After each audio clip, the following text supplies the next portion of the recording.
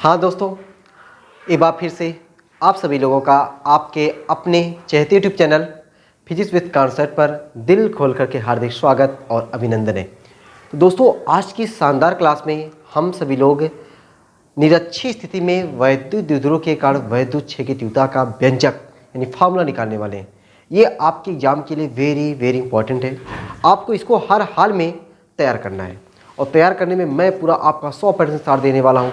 बस वीडियो को बढ़िया तरीके से देखिए, एक कापी बगल में रखिए, उस चीज़ को वहाँ पे कापी में उतारिए। आपको लगने लगेगा कि हाँ, चीज़ें हमें बढ़िया तरीके से सब कुछ समझ में आ गया है। जीरो टू हीरो हम लोग बनने के लिए तैयार हो रहे हैं। तो हमने हिंट डाला हुआ निरक्षीय स्थिति में वैद्युत द्विध्रुव के कारण वैद्युत क्षेत्र की तीव्रता। अब देखो भाई, वैद्युत द्विध्रुव हमने पिछली क्लास में आपको बताया था कि वैद्युत द्विध्रुव क्या होता है। तो उसमें क्या बताया था हमने कि ऐसा निकाय, ठीक ना, ये हमने क्या बना दिया, कोई निकाय बना दिया। ये क्या है, कोई निकाय है। ऐसा निकाय जिसमें दो बराबर व विपरीत आवेश, ऐसा निकाय जिसमें दो बराबर व विपरीत आवेश एक दूसरे से अल्प दूरिया पर स्थित हो। ठीक है, देखो यहाँ पे मैंने लिखा माइनस क्यों, यहाँ पे मैंने लिखा प्लस क्यों।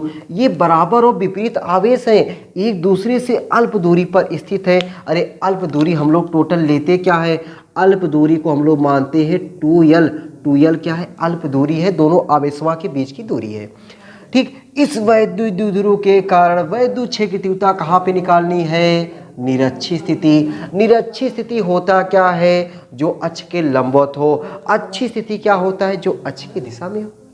अच्छी स्थिति मतलब अक्ष की दिशा में, निरक्षीय स्थिति मतलब अक्ष के लंबवत। अरे अक्ष के लंबवत सेंटर से हमेशा लेते हैं, सेंटर ओ से r दूरी पर, निरक्षीय स्थिति में r दूरी पर कोई बिंदु P है। यहाँ पे कोई बिंदु क्या है, P है। इसी P पर हमको वैद्युत क्षेत्र की तीव्रता चाहिए, इसी P पर वैद्युत क्षेत्र की तीव्रता चाहिए।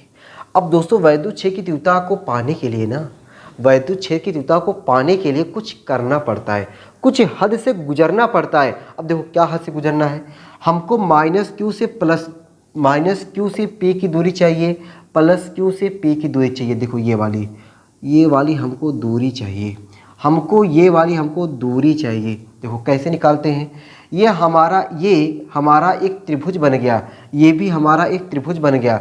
ये जो त्रिभुज बना है, इस त्रिभुज में यहाँ पे ये कोण मैं मान लेता हूँ थीटा, ये कोण मैं मान लेता हूँ चीटा। ठीक है, अगर ये कोण थीटा, इसके सामने की भुजा लंब, ये हो गया आधार, ये हुआ कर्ण। अरे लंब पता है r, आधार पता है यल, यहाँ से यहाँ तक ये क्या हो जाएगा, यल हो जाएगा भाई। 2l है तो आधा आधा यल हो जाएगा। यल r पता है, यल पता है, कर्ण निकल जाएगा। कर्ण बराबर करड़ी में लंब का स्क्वायर प्लस आधार का स्क्वायर। तो करड़ी में कर्ण का स्क्वायर बराबर करड़ी में लंब स्क्वायर प्लस आधार स्क्वायर। अब बताओ, जो चीजिया ये है वही चीजिया यहू है ना, कोनो अंतर है इसमें, कोनो अंतर ना है। ठीक है, तो ये भी क्या हो जाएगा, करड़ी में r square plus l square. ठीक है, मजा आया इतने में ना। अब ध्यान से देखो भाई, ये -q आवेश के कारण वैद्युत क्षेत्र की दिशा मैंने क्या बताया, -q, और प्लस के कारण प्लस से दूर, प्लस के कारण प्लस से दूर। देखो ये दूर जा रहा है, दूर गया, दूर गया। मान लिया मैंने प्लस के कारण है E1 और माइनस के कारण माइनस की ओर मैंने उसको नाम दिया E2। +q आवेश के कारण बिंदु P पर वैद्युत क्षेत्र की तीव्रता E1, -q आवेश के कारण बिंदु P पर वैद्युत क्षेत्र की तीव्रता E2। इधर क्यों हुआ मैंने आपको बताया हुआ है, माइनस के कारण वैद्युत क्षेत्र माइनस की ओर, प्लस के कारण वैद्युत क्षेत्र प्लस से दूर। ठीक है, अच्छा अब बताओ भाई, ये कोण थीटा है, ये कोण थीटा है, तो ये वाला कोणवा कितना हो जाएगा, 2 थीटा हो जाएगा। कौनो त्रिभुज हो, उस त्रिभुज के दो अंतःकोणों का योग, ठीक ना, दो अंतःकोणों का योग है। ठीक, ये दो अंतःकोणों का योग बाहर वाले कोण के योग के बराबर होता है। ठीक ना, दो अंतःकोणों का योग उसके बाहर वाले कोण के योग के बराबर होता है। ये थीटा, ये वाला कोण हो गया 2 थीटा। अब दोस्तों, अच्छी स्थिति जब मैंने बताया था, अच्छी स्थिति में E1 इधर आया था, E2 इधर आया था। इसका मतलब था कि दोनों E1 और E2 विपरीत दिशा में है, अलग अलग डायरेक्शन में। जब अलग अलग डायरेक्शन में होते हैं तो परिणामी तीव्रता को घटा दिए थे हमने। एक ही दिशा में होता, अगर ये E2 इधर हो जाता, एक ही दिशा में होता, तो हम दोनों को जोड़ देते। अगर कोण पर हो, देखो कोण पर है कि नहीं, E1 इधर जा रहा है छटक के, ठीक है, और E2 इधर जा रहा है, ठीक है, मैंने फिगर ऐसे जैसे बना वैसे बना दो, देखो ये या E1 इधर आ रहा है, ठीक है, E2 इधर आ रहा है, इन दोनों के बीच में कोण है कि नहीं, यस कोण है ये। जब कोण मिल जाए तो परिणामी निकालने के लिए करड़ी वाला फार्मूला लगा देते हैं। जब कोण पर हो तो करड़ी वाला फार्मूला लगा देते हैं, अलग अलग हो तो घटा देते हैं, एक ही में हो तो जोड़ देते हैं। इस चीज़ को मैं जब से पढ़ा रहा हूँ इस बैच को, तब से मैंने कम से कम 10 बार बोला हुआ है, ठीक है। तो अगर आप शुरू से मेरे क्लासेस को देख रहे हो तो आपको एकदम ईजी लग रहा होगा, आपको लग रहा होगा सर थोड़ा और फास्ट करिए ना, थोड़ा और फास्ट करिए ना, ये आप कह रहे होगे। लेकिन मैं सोच रहा हूँ चलो भाई कोई बात नहीं, एकदम जीरो टू हीरो बनाना है तो एकदम बेसिक से आपको पढ़ाते चलना है, ताकि कोई दिक्कत परेशानी आपको एकदम हो ही ना। अब दोस्तों यहाँ पे शब्द लिखने वाली बात, तो मैंने कहा कि शब्द लिखने की कोई बहुत ज़्यादा यहाँ पे ज़रूरत नहीं है। जहाँ पे शब्द लिखने की ज़रूरत रहेगी मैं खुद वहाँ पे लिखा करूँगा, ठीक ना, मैं खुद लिखा करूँगा। लेकिन फिर भी अगर आपको लग रहा है नहीं मैं सर शब्द प्रेमी हूँ, मुझे शब्द चाहिए, मुझे शब्द लिखने में बड़ा मज़ा आता है, तो मैं बोल रहा हूँ मेरे द्वारा समझो और वैसे आप भी बोलने का प्रयास करो, लिखने का प्रयास करो। माना एक वैद्युत द्विध्रुव जिनके आवेश माइनस क्यू व प्लस क्यू बीच की अल्प दूरी 2l है, इसके मध्यबिंदु O से स्मॉल r की दूरी पर निरक्षित स्थिति में कोई बिंदु P है जिस पर वैद्युत क्षेत्र की तीव्रता ज्ञात करनी है। यदि माइनस क्यू आवेश के कारण बिंदु P पर तीव्रता यदि प्लस क्यू आवेश के कारण बिंदु P पर तीव्रता E1 तथा माइनस क्यू आवेश के कारण बिंदु P पर तीव्रता E2 हो। बस इतने ही शब्द लिखना है और ज़्यादा शब्द के पीछे पढ़ना नहीं है। तो मैं सोचता हूँ थोड़ा सा लिख दूँ, क्या लिख दूँ भाई, यदि प्लस क्यू आवेश के कारण, यदि प्लस क्यू आवेश के कारण तीव्रता बोले तो वैद्युत क्षेत्र की तीव्रता E1 तथा माइनस क्यू आवेश के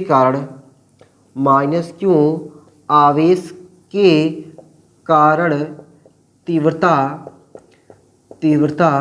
E2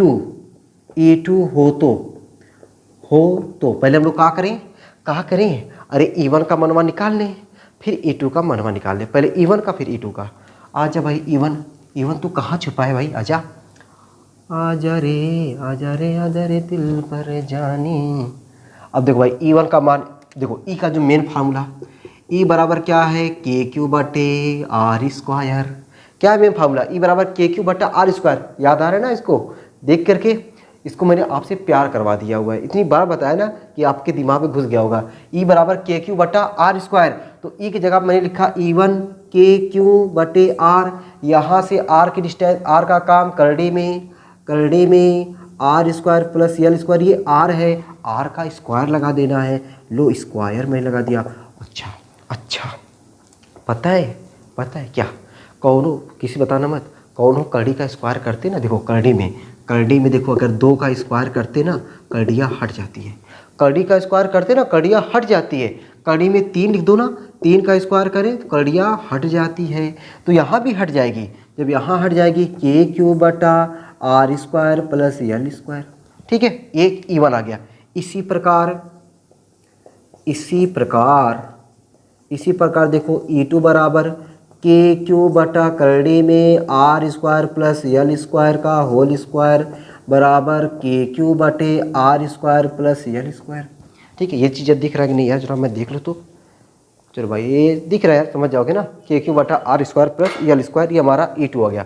E1 मिल गया, E2 मिल गया। अब हम देख रहे हैं ना, अब हम कहाँ देख रहे हैं, हम देख रहे हैं कि E1 और E2 किसी कोण पर झुके हैं।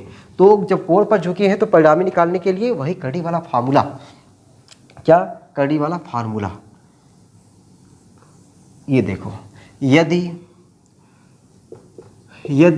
E1 व E2 का परिणामी, यदि E1 व E2 का परिणामी बड़का E हो तब देखो बड़का E बराबर कौन सा फार्मूला, करड़ी वाला। क्यों करड़ी वाला फार्मूला, क्योंकि दोनों कोण पर झुके हैं, ठीक है। E1² plus E2² plus 2 E1 E2 cos theta होता है, लेकिन यहाँ पे 2 थीटा कैसे सर मैं याद रखूँगा टू थीटा? अरे टू थीटा जो होता है E1 और E2 के बीच का कोणवा होता है। तो E1 यहाँ है, E2 यहाँ, बीच का कोणवा का है टू थीटा।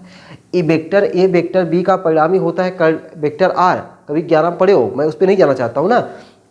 चलो अब देख रहे हो यहाँ पे, देखो ध्यान से, जो E1 का मनवा है वही E2 का मनवा है कि नहीं, के क्यू बटा R square plus L square, K Q बटा R square plus L square. मतलब आप चाहे E1 की जगह यहाँ पे E2 लिखो, चाहे E2 की जगह यहाँ पे E1 लिखो, तो हमारा मनवा कह रहा है कि हम E2 जगह यहाँ पे ना E1 लिखें, E2 की जगह यहाँ पे हम E1 लिखें, E2 की जगह यहाँ पे हम E1 लिखें cos 2 थीटा। बस बने रहो, देखो मज़ा आया ना, बताना आया ना समझ में तो बताना भाई, ठीक है।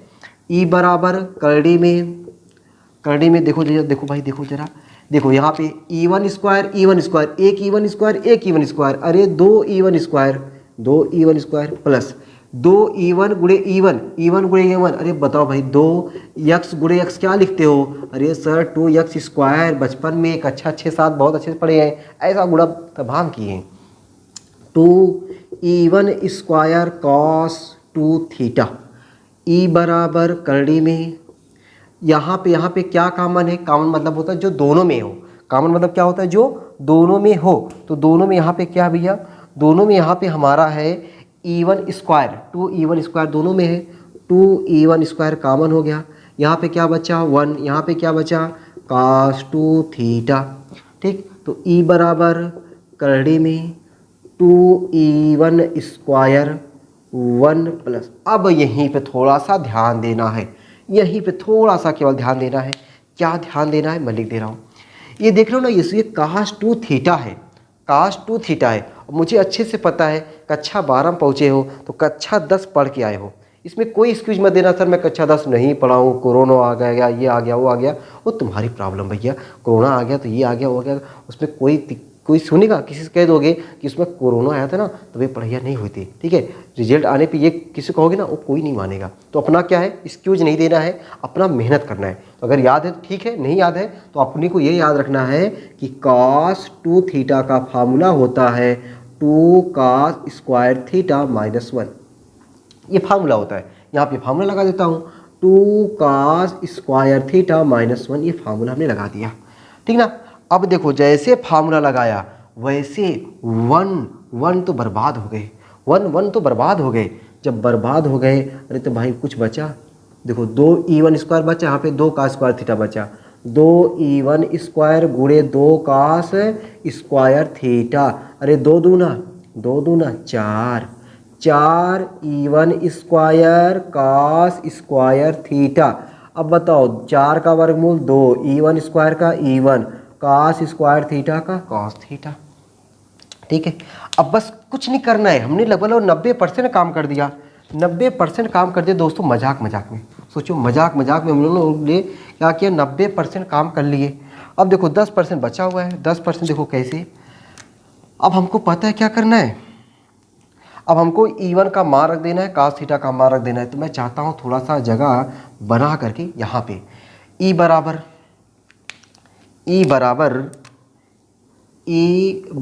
2E1 का मान, E1 का मान देख रहे हो ना, ये के क्यू बटा R square plus L square. आगे है cos थीटा। अब cos थीटा का मान कहाँ से आएगा भाई, cos थीटा का मान कहाँ से आएगा? देखो cos थीटा, ये देखो त्रिभुज है ना, ये अपना प्यारा सा त्रिभुज है, जो ये वाला त्रिभुज है ये, ठीक है। पूरा त्रिभुज तो है ये, लेकिन यहाँ से ये वाला त्रिभुज, ये वाला भी त्रिभुज, ये त्रिभुज में थीटा देखो, ये थीटा है, तो ये लंब है, ये आधार, ये कर्ण है। cos चाहिए, cos बराबर होता है आधार बट्टे कर्ण, sin बराबर लंब बट्टे कर्ण, cos बराबर आधार बट्टे कर्ण, tan बराबर लंब बट्टे आधार। तो cos बराबर होता है आधार बट्टे कर्ण, आधार क्या है यल, आधार क्या है यल, अरे कर्ण क्या है करड़ी में R square plus L square. तो E बराबर 2 गुणे, या देखो मैं इसे लिख दूँ, के गुणे 2L क्यू। अरे 2L क्यू कोई बराबर होता है ना 2L क्यू, इसीलिए मैंने 2L क्यू को साथ में लिखा, ताकि 2L क्यू बन जाएगा P बटे R square plus L square की घतिया। यहाँ पे देखो R square plus L square, total की घात 1 है। यहाँ पे करड़ी का मतलब होता है 1/2, 1 और 1/2, 1 और 1/2 घात जुड़ जाता है, इसकी घात 1, इसकी घात 1/2, टोटल घात हो गया 3/2, टोटल घात हो गया 3/2। ठीक, E बराबर के 2L की जगह पे P बटे, अब देखो वही बतिया हे अपना पता यल कहाँ से कहाँ तक है, अपना यल बेचारा यहाँ से यहाँ तक है, R यहाँ से यहाँ तक है, बड़ा है। अब फिगर भली से मैंने छोटा बनाया है लेकिन और बड़ा होता है और R और बड़ा हो सकता है। यानी कहने का मतलब ये है कि जो R है ना वह यल के आगे बहुत ही बड़ा है। R जो है यल के आगे क्या है, बहुत ही बड़ा है। मैंने बताया भाई ये हकीकत है, अपने रियल लाइफ में भी बहुत देखने को मिलता है। बहुत बड़े लोग के आगे ना बहुत छोटे लोगों की इज्जत ना के बराबर होती है।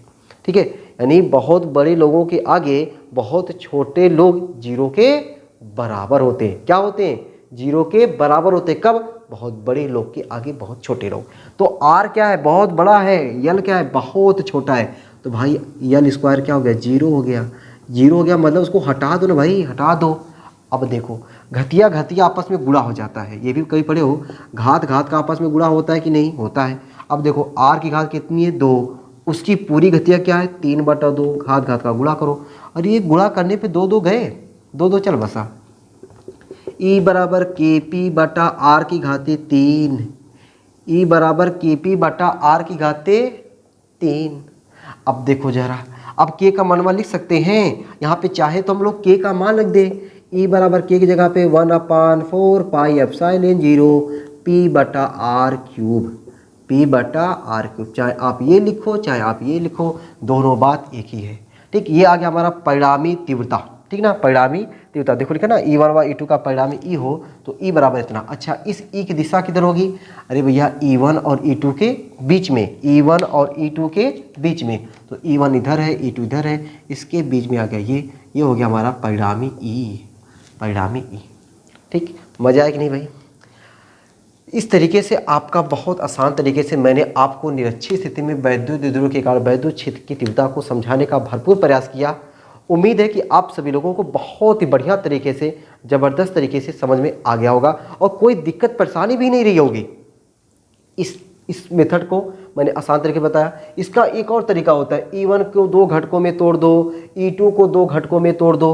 वो थोड़ा सा मुझे लंबा लगता है, ठीक ना, वो मुझे लंबा लगता है। मैं नहीं चाहता कि आपको मैं लंबा वाला बताऊं, ठीक है। अगर आपको लगता है कि नहीं सर मुझे वो लंबा वाला कंपोनेंट को तोड़ने वाला भी बता दीजिए, तो अगली इस वीडियो में कमेंट कर देना, मैं अगली वीडियो में उसको भी बता दूंगा, ठीक है। मैं काफ़ी न्यूमेरिकल इस टाइप पर आपको लगवाने वाला हूँ। यही डेरिवेशन आपको फिर मिलेगा, यही डेरिवेशन आपको फिर मिलेगा।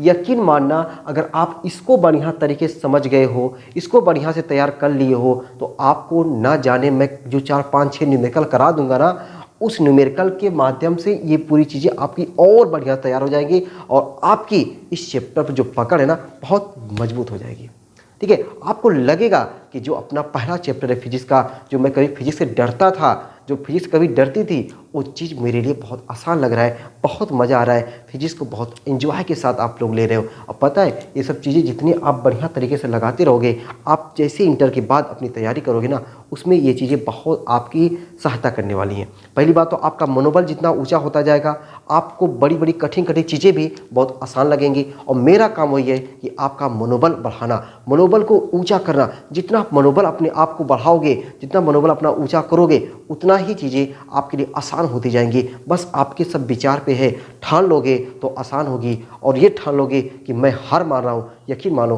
हार मान जाओगे, ठीक है। तो अपने को क्या मानना है कि हम जीतेंगे, अब की बार 90 पार होके रहेगा, और उसके लिए हम अपनी मेहनत को दिन रात एक करके मेहनत करना शुरू कर देंगे, एक एक चीज़ को समझने का भरपूर प्रयास करेंगे, तो अब की बार 90 पार होके रहेगा, ठीक है दोस्तों।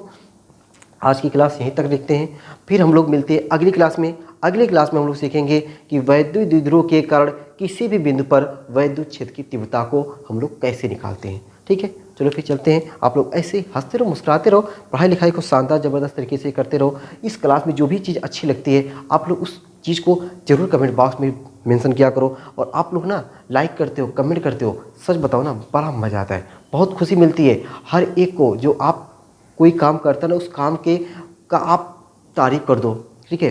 आप उस काम के लिए कुछ बोल दो तो सामने वाले को बड़ी खुशी मिलती है। भाई मैं आपसे क्या चाहता हूँ, बस खुशी चाहता हूँ कि आप मेरे लिए इतना ही कर दो, लाइक करो, कमेंट करो, शेयर करो, जितना आपको अच्छा लगे उतना करो, ठीक है। बस बढ़िया से पढ़ते भी चलो, ठीक है। फिर मिलते हैं आप लोग को अगली क्लास में ना। चलो भाई सबको बाय बाय।